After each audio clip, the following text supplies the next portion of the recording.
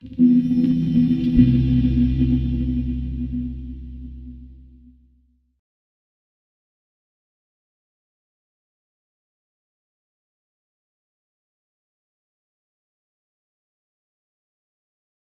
switching gears a little bit today. We're talking about theory and then practice. So whereas yesterday was very theoretical and frameworky, today is more about high-level theory of how technology manifests, but I'll promise it's very short and very visual.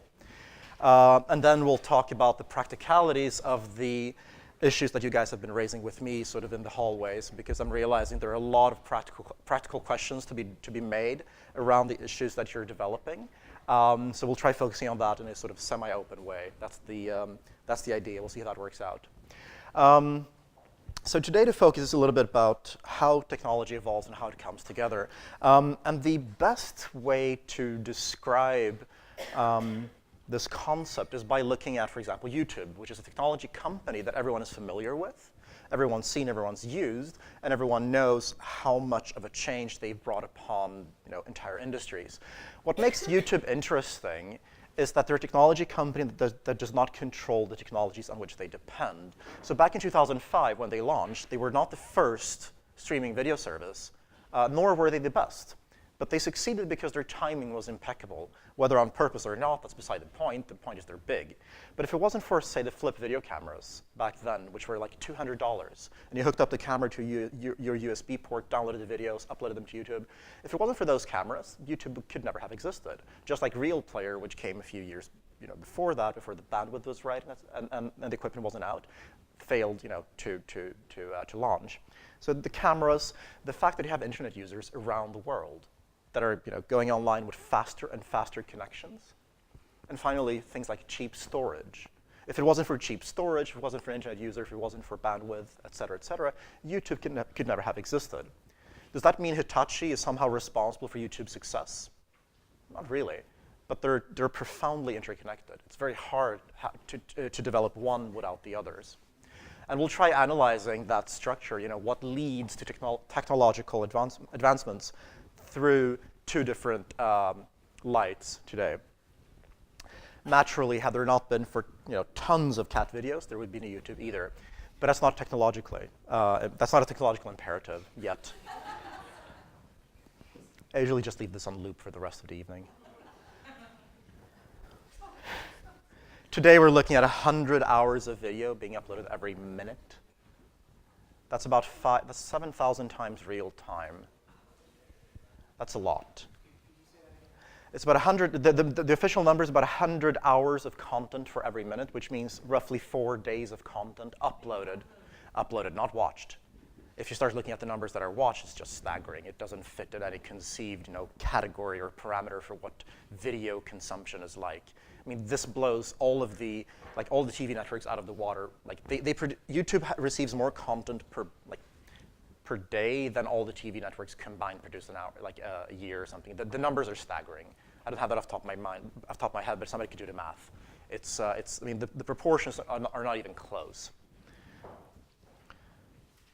And the interesting thing about technology, if we take another step back, is we tend to think about it in terms of artifacts. We tend to think about technology in terms of the things that we have around us which don't really work yet. The things that break down, the things that give us headaches, and the things that crash and need restarting. Those are technological, but that's not all of it. In fact, technology does not limit itself to smartphones and robots and toasters. In fact, everything that surrounds us is technological. Everything we've built as a society, everything that wasn't here before we were, has been invented, built, created, distributed by humans. All of that, fire, the wheel, writing, democracy, agriculture, anything you can think of, which isn't natural, is technological. There's no middle ground. There's no emergence of technology in nature. Everything we have around us, we built. So if people start talking about not wanting to be too technological, they don't really switch off the light and kill their fridge, unless you're Walden and move out in the forest. But when people don't want to have the newest smartphone, they're being very picky about what they're opting in and out of.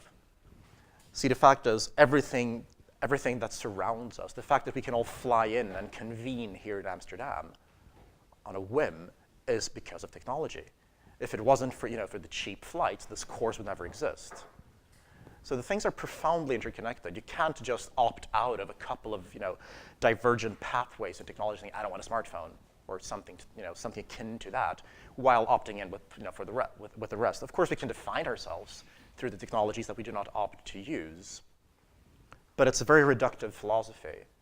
It's easier if we embrace the fact that all of these technologies are possible, and the more of them we have, the more future technologies will develop, as we'll see in a second, and sort of accept that as the reality. So feeling out of touch, everything we talked about yesterday, feeling out of touch with the state of affairs, and feeling out of touch with your home culture because of future shock becomes the new normal, becomes the intrinsic fact we cannot get away from.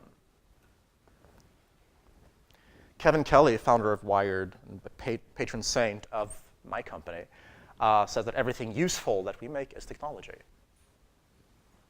Emphasis on the usefulness, because not everything that we make that is technological. We make a lot of things that are not useful.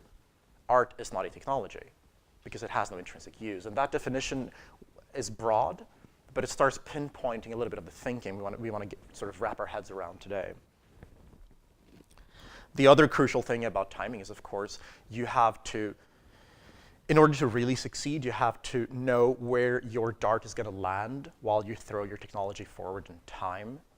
So being the right, having the right solution at the wrong time is still being wrong. And one of the methods to understand technology at a very sort of coarse level, a very granular level without getting too muddled down into the specifics, is through a lens called combinatorial evolution, which despite the messy name is super simple. Let's look at evolution first. Evolution means any technology has a history. Everything we see around us got here through some means. It's easily seen through books. We could just boil it down to papyrus and whatever came before that, and we can see like a lineage of how we ended up where we are today with regards to these technologies. The same thing applies to everything. We've had medical imaging for about 120 years. That's nothing. It's a blip on the radar. Look how far we've come. Same thing with flight. It's evolving rapidly. It doesn't look like it because we don't really see the planes changing every day like we see our smartphones, but it's evolving. And it's evolving, if you take a few steps back, you'll realize how much is actually changing, despite the fact that we can't see the individual changes sort of on their own because they don't look big enough. In fact, the summarizing thought of this entire block is how we as humans always fail to foresee the long-term consequences of technology while we always overestimate the short-term consequences. That's related to how we see the world. We see nature, we don't see technology. We see long trends, but we don't see how long trends can actually change rapidly. The other aspect of combinatorial evolution is the combination part. That's where it gets interesting. Evolution is easy to understand. It has a parallel in nature. Combination doesn't. Combination is unique to tech. And combination means take any given technology, but instead of looking back, without looking at it, the individual technology through time, which is to take a Nexus 4 and then sort of scroll back in time all the way down to dumb phone. That's not the exercise. The exercise is the opposite. Take an existing piece of technology and look at what we needed to actually get here. And this too is an arbitrary exercise like yesterday, but which can be done in a series of ways. But the fact of the matter is you can't not do it. So if you take a smartphone, there is no smartphone without touchscreens, keyboards, universal computing, which Turing invented a century ago, without GPS, without all of these things that compose a smartphone, without all these preceding technologies, there would be no smartphone to speak of, because they are sort of required in order to get to what we define as a smartphone. That's not the fun part. The fun part is when you take any other part of this branch and look at, say, GPS, and how did we end up with GPS? Well, we needed triangulation. We needed atomic clocks. We needed rockets.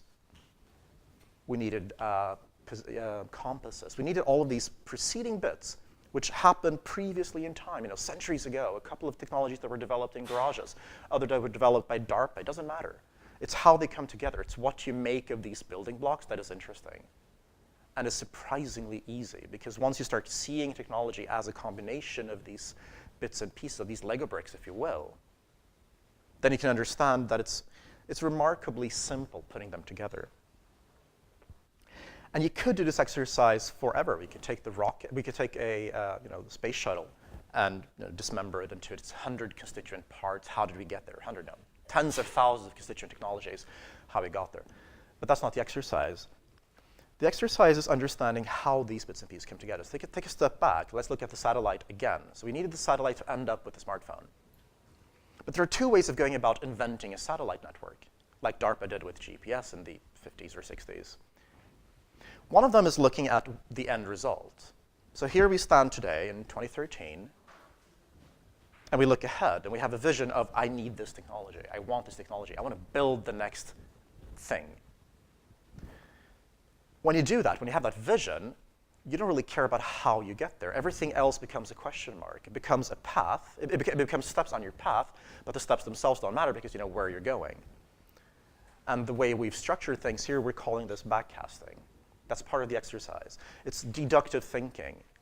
It's basing your structure and your insight on a vision. You're seeing something far ahead. You're seeing something that does not exist yet. It does not matter how you get there, technologically speaking, not ethically. But in terms of technology, sometimes you have to build a couple of technologies to get there. Sometimes you have to find them in the world. Doesn't matter. The fact is, you start the vision and you build your way there, or you build your way backwards in terms of implementation. And the opposite of that is when you start with the building blocks. So what happens when you have only the framework? You look around and you see a ton of interesting technologies happening, like the cards yesterday and today. What happens when you look at the cards and imagine, what if I put these 4, 5, 10, 2 things together? Where could I end up? What is the rocket for these constituent parts? That's when you connect. That's connecting technologies, which is inductive. It's the opposite. It's inductive and it's opportunity seeking. You don't have the vision necessarily, but you know the bits and pieces, and you can inform yourself to the degree of seeing all of these things, all these, these component technologies floating around you, and you can sort of imagine ways of putting them together. It's more opportunity-driven than it is vision-driven, and it's a lot more about connecting the dots and actually seeing the dots than it is about having the ultimate vision and sort of knowing where you're heading. Both of these methods work perfectly fine. They don't really work in parallel because they're generally excluded, but there are ways of sort of working together, and we'll sort of elaborate on that in the next step. The phrase that summarizes the notion of short-term imperatives versus the long-term sort of versus our incapacity to see things in the long term is by Roy Amara. He's one of the founders of the Institute for the Future. He talks about that we perpetually, as a species, we underestimate the effect that technology has in the long term while we overestimate the impact it's going to have in the short term. By knowing that, we can work around that bias. So when you think that you've established a good parameter for how things will look in the long run and the short run, you think again. You take a step back, you look at this premise again, and ask yourself whether your frame of mind, whether your timing seems appropriate given this natural bias of ours to unstructured things. Yes? So what is short and long run? That is extremely relative, but it's a great question. It depends a lot on the industry you're working with. So for example, if you're a software engineer, the long run is like 12 months because software changes every minute. Hardware, if you're building cities, if you're building cars, yeah, then the long run is 10, 15, 20 years. But the interesting thing is the premise remains. So even if you're looking at software and you use the parameter of short-term being tomorrow and long-term being next week, even so, the bias will apply. Because you think you're going to be able to achieve a lot more by tomorrow, and you don't think that much will change by next week. So the bias always applies. The bias is related to the way that we as humans, as a species, see linear change while in exponential growth. So going back to the graph, it's just like draw a line on the exponential growth curve and understand why we see things the way we do. And while you know that, you take a step back, think about it again, and realize, hey, I can undo that bias by sort of trusting the longer term even more and questioning the short term even more. That's one way of using the cards, which you will in a minute. And that's the presentation.